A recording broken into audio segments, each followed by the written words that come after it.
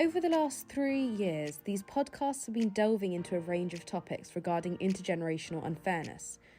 And we've provided a platform for dozens of people from all walks of life to have a voice. So, for our season finale, it seems fitting to take us back to where we first started and talk to the people who started it all. I'm joined by the 3 co-founders of the Intergenerational Foundation, Liz Emerson, Angus Hanton, and Ashley Seeger, to look back at the work of IF, but also to look forward and to discuss what challenges they may face in the future. What if? What if? What if? What If? A monthly podcast series in partnership with IF, the Intergenerational Foundation.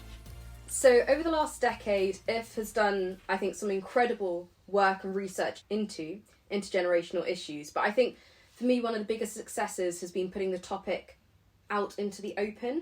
Before IF's work, if we're looking over a decade ago, I don't really think that we used to analyse things through a generational lens or an intergenerational lens. And I think now it's becoming more of a widespread concept. Could you maybe talk me through some of the biggest achievements of IF's work over the last decade? I think you're absolutely right, Elisa. When we started back in 2010, the concept of intergenerational fairness wasn't really on any policymaker's agenda. So what we've tried to do over more than a decade of working is to bring that lens to the fore. If you do a Google search of intergenerational fairness as a name, you'll see that in 2010 hardly appeared. Now it's nearly every single conversation, mentioned by policymakers of every single political party, because the thing is, intergenerational fairness crosses all party lines. I think something that you do have to be careful with is causing intergenerational divisions, because obviously if you're pioneering for intergenerational fairness, a lot of the time we do have to elevate the younger generation. So do you find it difficult to engage the elder generations in your work? I think the older generations really get it, at least a lot of them do, particularly the baby boomers who've done so well in property terms and pension terms. They understand it, but they often understand it through their children. They see what a struggle their children have, and they think, blimey, it wasn't like that for us. Yes, and the bank of mum and dad, which now, is what people refer to when parents lend their children money for a property or something. That will be the 6th largest bank in Britain now. The amount that's lent by the bank of mum and dad. So I think Angus is quite right that a lot of people do get it.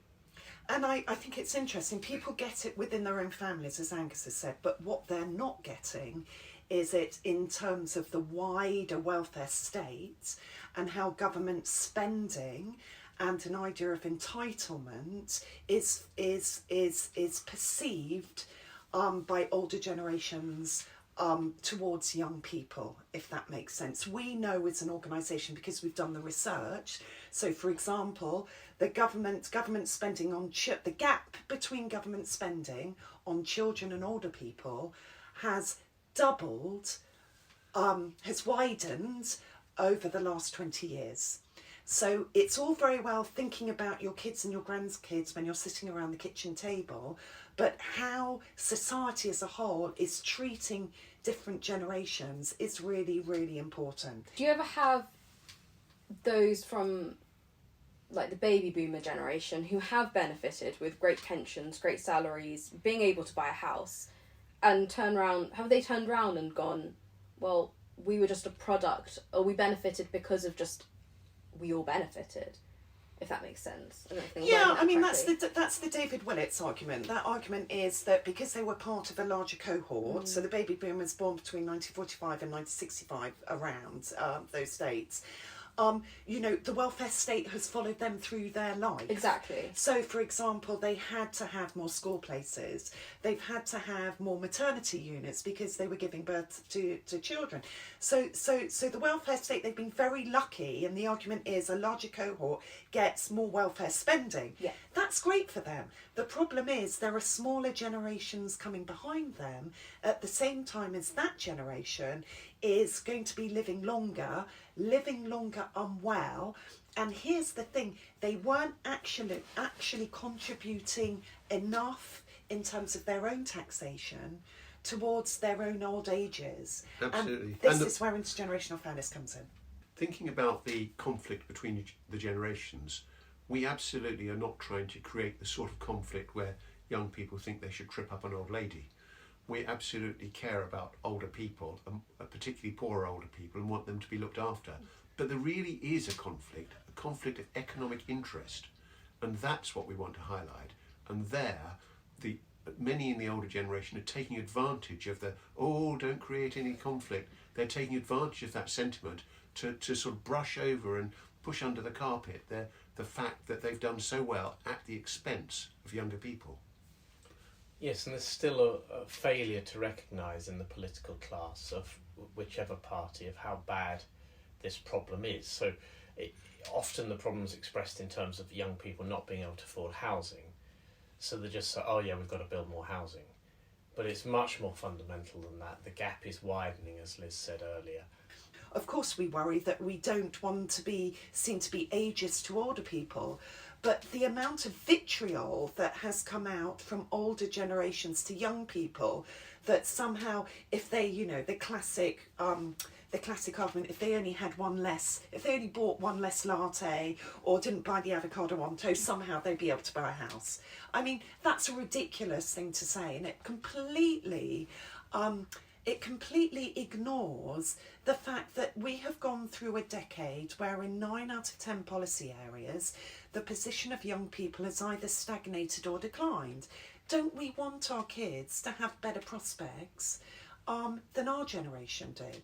I think one thing that's quite interesting is just looking across all 15 episodes from the last 3 years.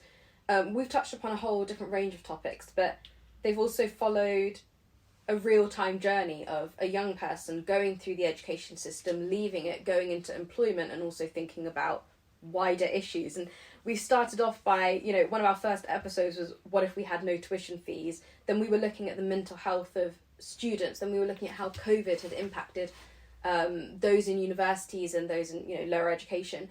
And then you can really follow my journey as I leave education and then start realising, hang on, what about employment? What about housing? What about cladding as an issue? That was a very poignant episode that we put out.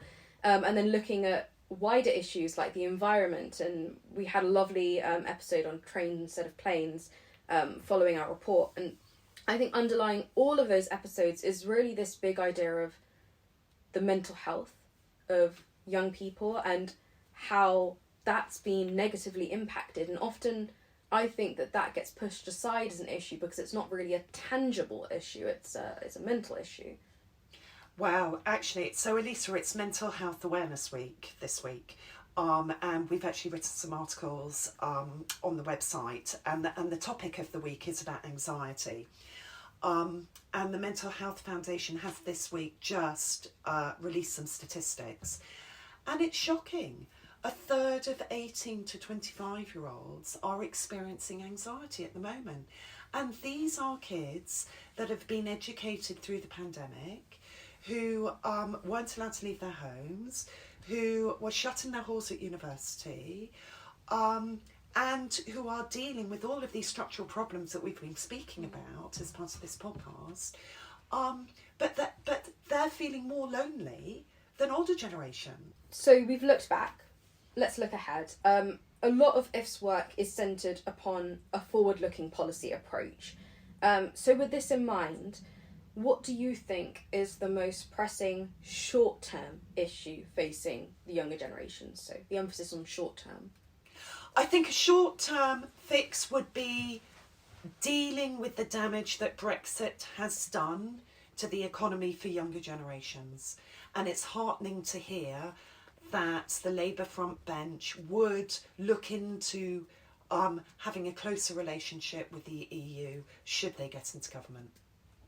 For me, a big short-term issue is climate change and setting policy on the right course. I mean, you can't fix climate change overnight, but you can seriously affect policy. In a way, the problem is that there's nothing short-term.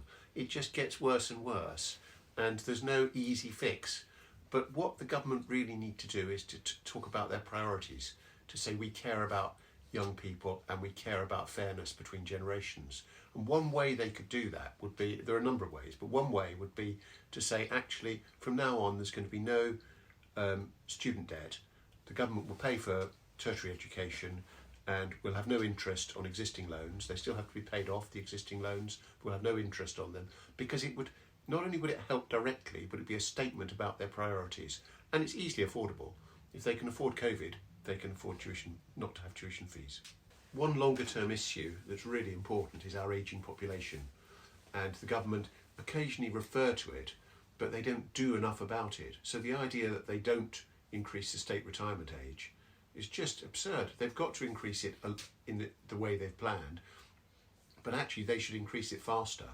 And they're not taking account of the ageing population adequately. One of the things they should do is they should make sure that older people, even after retirement, are encouraged to work, but they don't need to give them incentives like no national insurance. They should be addressing the ageing population in more direct ways, and housing is just one of them. One of the most misunderstood or ignored areas that we as a country need to address is our pensions system and our pension debt. I think if you added up the liabilities for public sector pensions and the state pension, it comes to a bill of about 5 trillion, is it, Angus, or is it 7 trillion? Nearer 7, I think. It's a huge amount of money. And it's a really difficult, uncomfortable conversation that has to be had, because we're asking people to pay towards a contribution system with an expectation of entitlement that is unaffordable.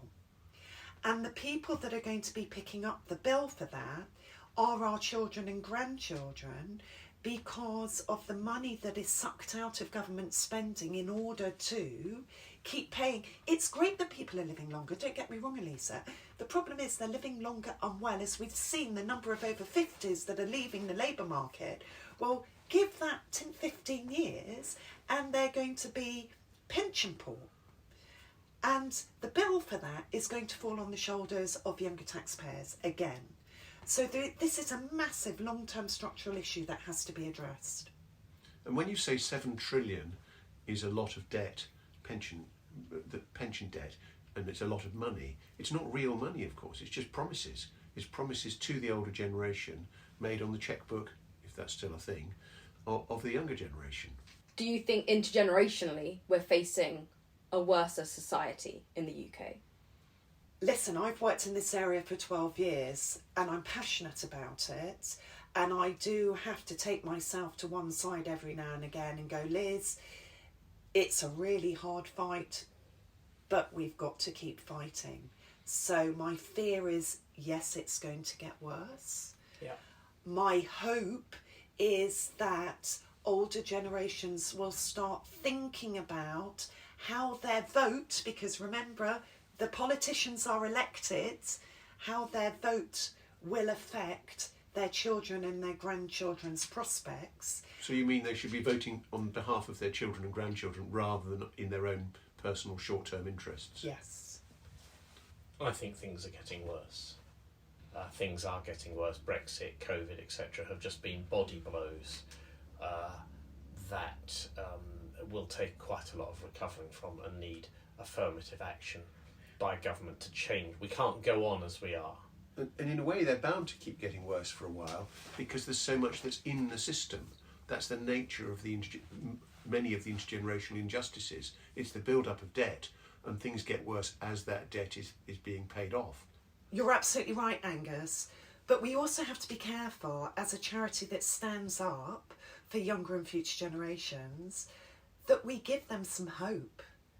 And that is what younger and future generations desperately need. And that would be my wish for politicians, to not sit in silos and only worry about their specific departmental brief, but to look across the piece and to see how poorly young people have been serviced over the last decades and offer them real hope for the future. And one way to do that might be to have a moratorium of student debts. One way that might be is to say, no, we are going to support building on the green belt. We are going to have a massive housing building programme. We are going to take on the NIMBYs over wind farms and move to a green transition more quickly.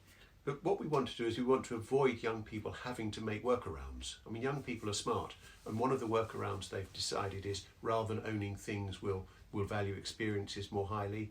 Another workaround they've established is that they can live more of their life online. Another one is many of them have emigrated, and so we should be trying to avoid them having to resort to these ways of coping with the injustice that the older generation have heaped upon them. So, in America, that a trend has been broken, according to researchers, that as you age, you become more conservative with a capital C. And apparently amongst the millennial generation, they're not moving to the right. And I'm wondering and I'm hoping that maybe there is going to be a political shock in this country, that young people have become more politically engaged because they've seen their prospects damaged so much, and that might lead to real political change. I think it all boils down to getting more young people to vote and more young people to be in politics. So we have our Grey Power report. We have an episode on the increasing youth quake within British politics. And I think if we have an upward trend in young people taking part in the political system, then hopefully that is some hope that things will change. And my plea to younger people is to act as a generation. I'm not saying that identity politics isn't important. I'm not saying that single issue activism isn't important, but you have to come together as a generation, which is what older generations have been doing at the ballot box for the last decade, to say we are worth you providing policies that are fair to our generation. Since the Intergenerational Foundation started 12 years ago, we've been through 5 Prime Ministers. We've been through David Cameron, Theresa May,